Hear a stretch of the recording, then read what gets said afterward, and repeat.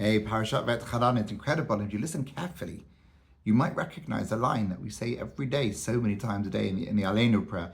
V'yadata hayom v'ashevota el levavecha ki Hashem hu ha'elokim v'shamayim mimal v'al ha'aretz mitachat. Yes, it comes from the Torah. You might spot it in this week's leading if you're listening carefully.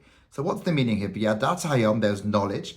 V'ashevota el levavecha, and then you've got to internalize it.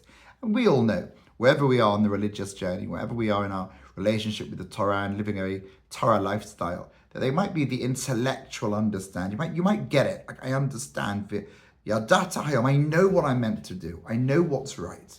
But do you have that emotional relationship that you're prepared emotionally to do what you need to do?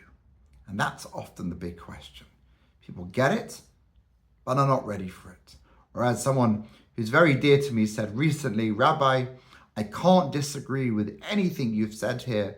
I'm just not ready for what you were asking me to do. Beautiful, because there's that disconnect, not yet formed the relationship between my knowledge and my emotional capabilities. And Hashem recognizes that.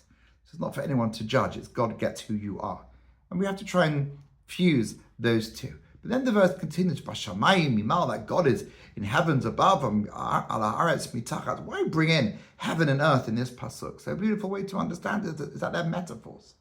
Bashamayim mimal, my intellect, and then ala haaretz mitachat, the lower area of God's reign has to be both intellect and emotion. So let me give you a bracha, this short idea for this coming Shabbat.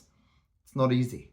And no one ever suggested that it's easy. And what makes sense for one person, often educators try and force their students into doing certain things. Maybe for the educated, they've managed to make that beautiful relationship between Shamayim and Aretz, intellect and heart, and it works for them, but it's a period of growth for everybody, and we have to be ready to make sense of it. But first, you've got to study.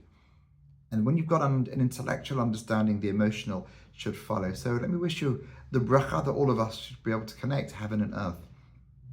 What's the Jewish way? We know it so well. Bringing heaven down to earth, bringing that intellect, that knowledge into our hearts. And that way we can live our Jewish lives so much more wholesome and wholeheartedly rather than that disconnect. And hopefully that will then spread that joy and that light.